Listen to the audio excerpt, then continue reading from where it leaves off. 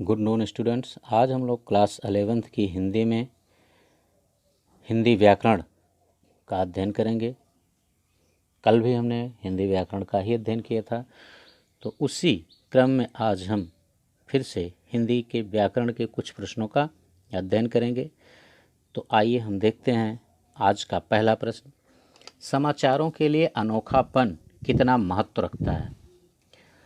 समाचारों के लिए अनोखापन का तात्पर्य है कि यह विविध नए और अद्भुत समाचारों को जन्म देता है। जैसे कहीं किसी विचित्र बच्चे का जन्म लेना। विचित्र बच्चे का जन्म लेना आप लोगों ने देखा होगा कि कभी कभी लोग समाचारों में ऐसा छापा हुआ देखते हैं, पढ़ते हैं कि कहीं ऐसे बच्चे ने जन्म ले लिया जिसके 2 सिर है, वो चाहे मानव का है अथवा पशु का है, उसके पास 2 सिर हैं, 2 से अधिक हाथ हैं। यद्यपि ऐसे बच्चे अधिक समय तक जीवित नहीं रहते, लेकिन फिर भी इस तरह के समाचार हमको पढ़ने में समाचार पत्रों में मिलते हैं। तो वही है विचित्र बच्चे का जन्म लेना, या गणेश जी की प्रतिमा द्वारा दूध पीने की घटना, या भूत प्रेत का साया होना। लोग ऐसे समाचारों में काफ़ी रुचि लेते हैं। इसे ही समाचार का अनोखापन कहा जाता है। ये था पहले प्रश्न का उत्तर। आइए हम दूसरे प्रश्न को देखते हैं। देखिए, दूसरा प्रश्न कह रहा है कि समाचार के लिए जनरुचि का क्या महत्व है?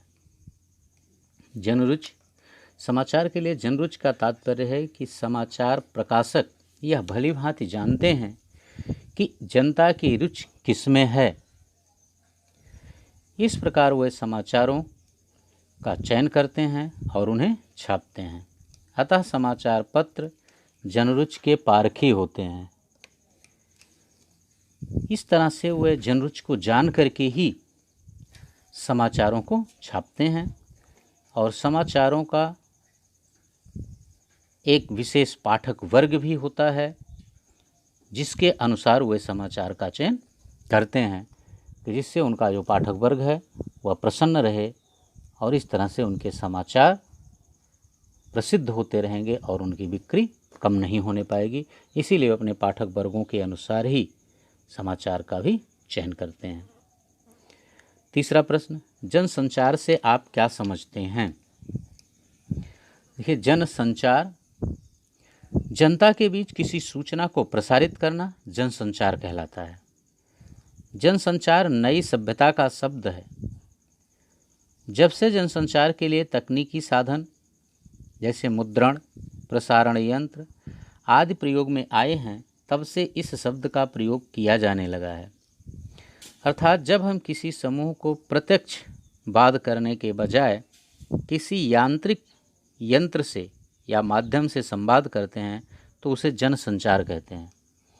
जैसे इस समय हमारी जो ऑनलाइन पढ़ाई चल रही है, इसको हम जनसंचार कह सकते हैं। लेकिन जब एक टीचर बच्चों को क्लास में पढ़ाता है तो वो प्रत्यक्ष संवाद होता है, उसमें कोई यंत्र मदद नहीं करता है, वो यंत्रों की मदद नहीं होती है, तो उसे हम जनसंचार नहीं कह सकते हैं।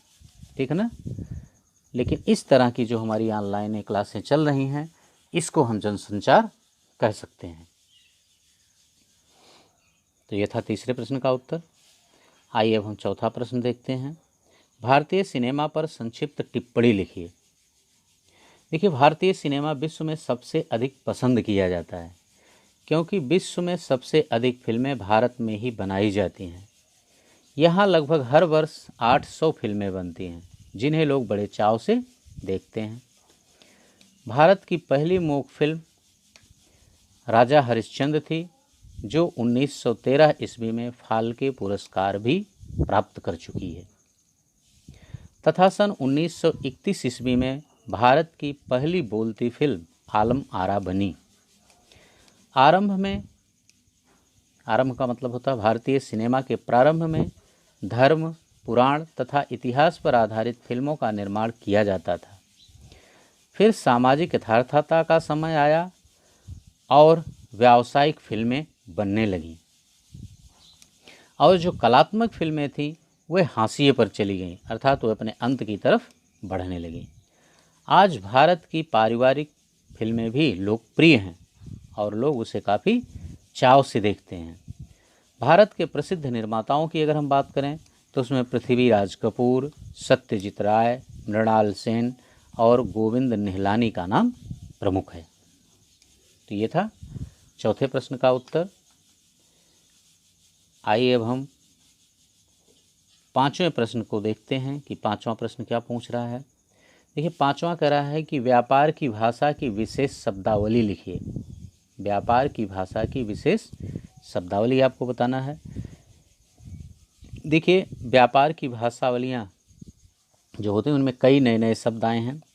बैंक है, शेयर बाजार और धातु आदि में उतार चढ़ाव आते रहते हैं। बैंकों में ना, कभी आपने देखा कि बैंक में उसके ब्याज दर कम हो गए या बढ़ गए। उसी तरह जो शेयर बाजार है, धातुओं के मूल्य हैं, सोने चांदी जैसी धातुओं के मूल्य हैं, ये घटते बढ़ते रहते हैं।